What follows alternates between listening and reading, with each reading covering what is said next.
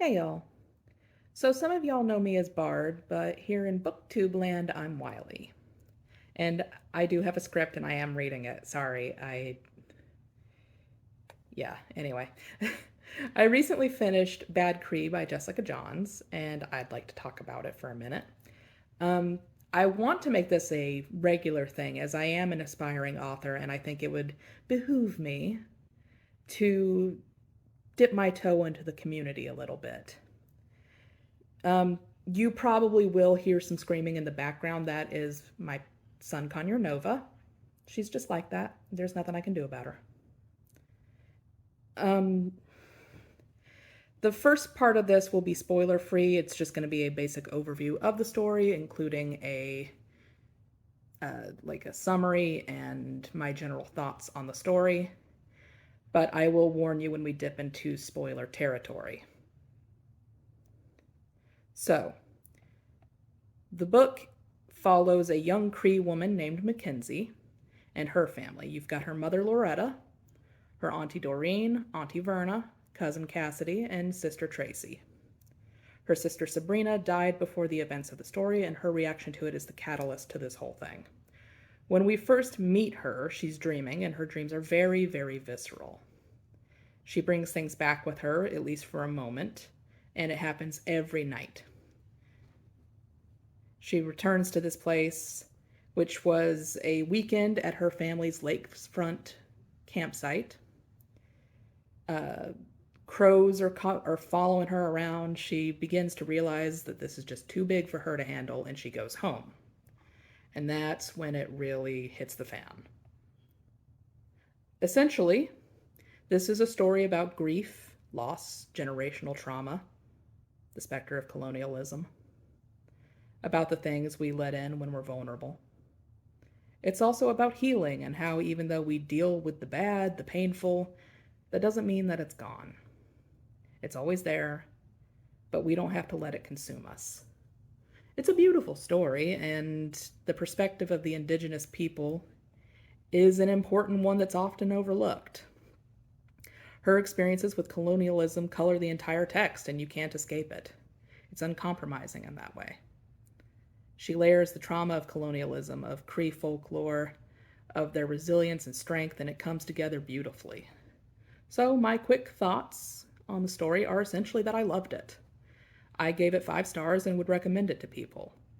I do grade debut novels, which this is a debut novel. I grade them on a bit of a curve, so I'm a little less harsh on them. But I honestly don't feel like I needed to be. This was, from a craft perspective, pretty solid. I didn't see any glaring issues editors missed or feel like she was spoon-feeding me the information. If anything, I actually had to Google some stuff because, like she doesn't always provide a like a definition or a translation. So that was actually kind of nice. I quite enjoyed it. You might not like that if you're one of those people that maybe does not enjoy having to stop and Google, but personally, it made me feel a little bit closer and more connected to the story. So I liked it. She treated me like an adult. It was nice. If you're looking for a book that will give you the creeps, this is pretty solid. It utilizes a fairly well-known bit of folklore to explain the way Mackenzie's grief and pain are destroying not only herself, but her family as well, and how colonialism has affected her community.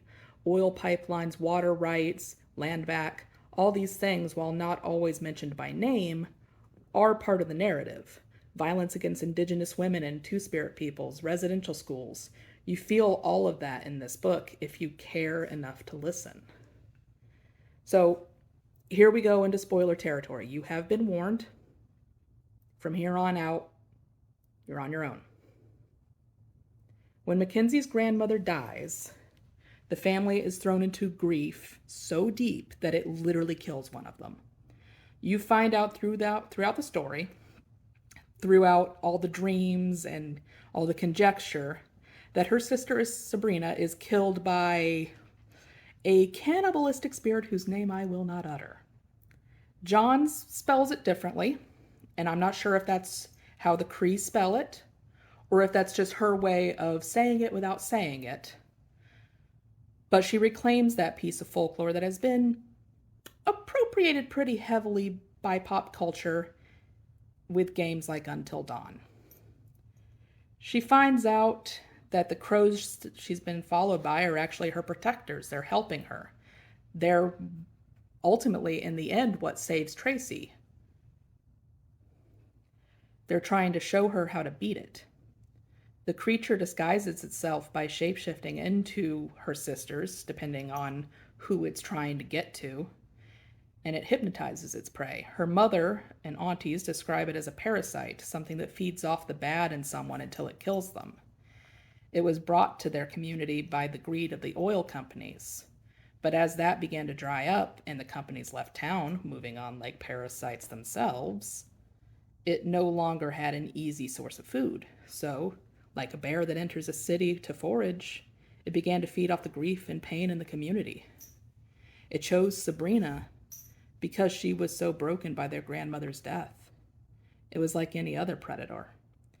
It takes after the weak, the sick, the broken, the one that was unlikely to fight and unlikely to hurt it. Even though the story circulates around a weekend at the lake where her sisters were called into the woods by the creature, it comes back around to the death of their grandmother, because ultimately that is what broke Sabrina, who then died of an aneurysm in her car, leading to the events of the book. Her grandmother and all her siblings died of some sort of cancer. There again, you see the cycle of generational affliction and trauma. The way the bad in us lingers, how everything we live for and love dies, but our pain is what we remember. Near the end of the book, she brings back a scrap of cloth from Sabrina's shirt, soaked in blood. They later realize that this belongs to the creature, not the real Sabrina. This let it into the house and let it get its hands on everyone. It can now isolate and destroy them. But they chose to confront it instead. Confronting that which hurts us is no easy thing, but it's necessary. It is how we move on, and it is how we heal. In the end, the girls do win. They bury a knife in its heart, and the crows destroy it.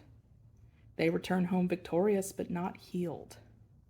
You don't get over trauma that fast. It's never one thing that lets you get over it, if you ever even can. This is grief. It's trauma. It's the spirit of colonialism. It's the worst things in us. It's already here. It's already touched us and everyone we love. And like that creature, it's capable of destroying us if we let it.